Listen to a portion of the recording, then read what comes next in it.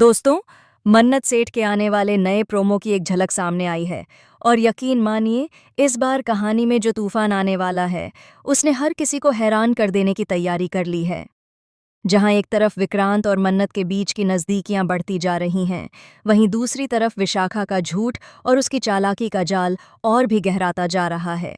Promo की शुरुआत होती है एक बेहद प्यारे और रोमांटिक सीन से। संगीत धीमे धीमे बज रहा है, मोमबत्तियों की लौ टिमटिमा रही है और विक्रांत ने मन्नत का हाथ थाम रखा है। वह मुस्कुराते हुए कहता है, मन्नत, मुझे लगता है अब हमारी जिंदगी में सब कुछ सही होने लगा है। जो अंधेरा था वो अब खत्म हो रहा है। मन्नत भी मुस्कुराती है, उसकी आंखों में चमक है, लेकिन कहीं ना कहीं डर भी। वह जानती है कि हर बार जब जिंदगी उसे खुशी देने की कोशिश करती है, तभी कोई न कोई साया उस खुशी को छीन लेता है। लेकिन दोस्तों, यह रोमांस ज्यादा देर टिक नहीं पाता। अचानक पीछे से एक चीख सुनाई देती है, आह, विक्रांत! विक्रांत और मन्नत दोनों उस आवाज की ओर मुड़ते हैं। वह आवाज विशाखा की होती है। वह दर्द से कराह रही होती है, लेकिन उसका चेहरा देखकर मन्नत समझ जाती है कि यह सब एक नाटक है, एक बनावटी सीन जिसे सिर्फ विक्रांत की सहानुभूति पाने के लिए रचा गया है। मन्नत कहती है, विक्रांत, ये आवाज झूठी है, ये सब नाटक है, मत जाओ। लेकिन विक्रांत के लिए यह बात समझना आसान नहीं। वह कहता है, मन्नत, वो मेरी मॉम है, वो कोई नाटक नहीं कर सकती। चलो देखते हैं क्या हुआ है। दोस्तों, विक्रांत की आंखों पर अब भी प्यार का पर्दा पड़ा है। वह अपने दिल की बात सुन रहा है, जबकि मन्नत सच देख चुकी है। वह जानती है कि विशाखा का यह अमां वाला रूप सिर्फ एक मुखौटा है, जिसके पीछे छिपा है धोखा, छल और बदले की आग। मन्नत रोकने की कोशिश करती है, लेकिन विक्रांत उसकी एक नहीं सुनता। वह तेजी से बाहर निकल जाता है और मन्नत मजबूरी में उसके पीछे जाती है। जैसे ही वे लॉन तक पहुंचते हैं, देखते हैं कि विशाखा जमीन पर गिरी हुई है, पैर में दर्द का बहाना कर रही है। वह चीखती है, विक्रांत बेटा, मेरे पैर में बहुत दर्द है। विक्रांत तुरंत दौड़कर उसे उठाता है और अपनी बाहों में लेकर कमरे तक ले जाता है। वह उसे बिस्तर पर लिटाकर उसकी सेवा करने लगता है, पानी देता है, पैर दबाता है। मन्नत यह सब देखती है, उसके दिल में दर्द है।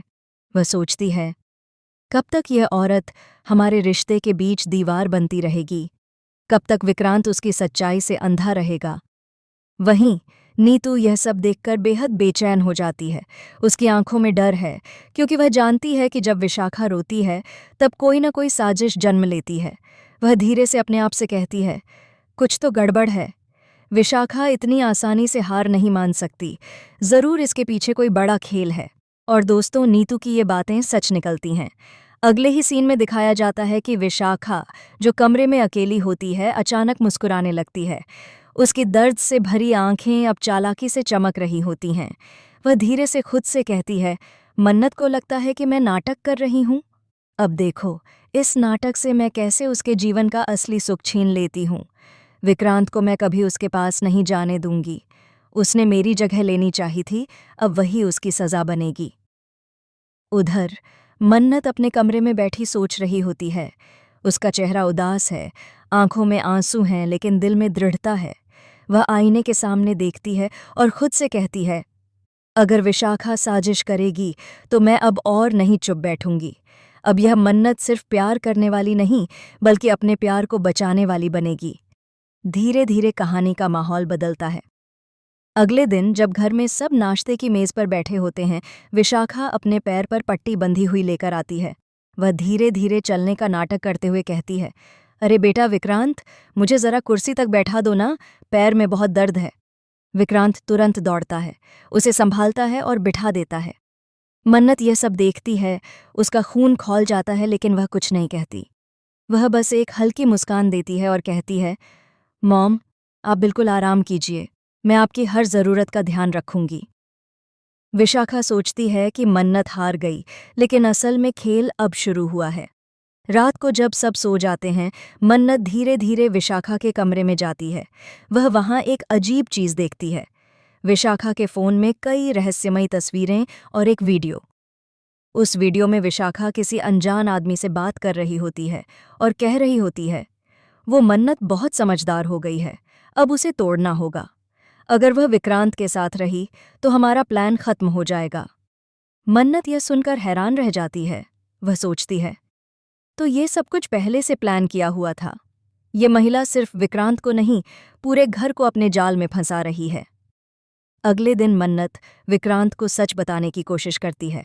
वह कहती है, विक्रांत, मुझे विशाखा के बारे में कुछ बताना है। तुम यकीन नहीं करोगे कि वो कैसी है। लेकिन विशाखा पहले ही चाल चल देती है। वह कमरे में आकर नकली आंसू बहाने लगती है और कहती है, मन्नत मुझे पसंद नहीं करती विक्रांत, वो मुझे निकाल देना चाहती है। मैं तो बस तुम दोनों को खुश देखना चाहती हूँ। विक्रांत गुस्से में मन्नत से कहता है, बस मन्नत, अब तुम हद पार कर रही हो। मॉम के बारे में कुछ मत कहना। मन्नत टूट जाती है। उसके चेहरे पर दर्द, आंखों में लाचारी और दिल में बगावत की आग जल रही होती है। दोस्तों, कहानी यहीं खत्म नहीं होती। उस रात मन्नत अकेले मंदिर जाती है, वहां वह भगवान से बात करती है। अगर मेरा प्यार सच्चा है तो आप खुद मुझे रास्ता दिखाइए, मैं हार नहीं मानूंगी। और उसी वक्त मंदिर की घंटी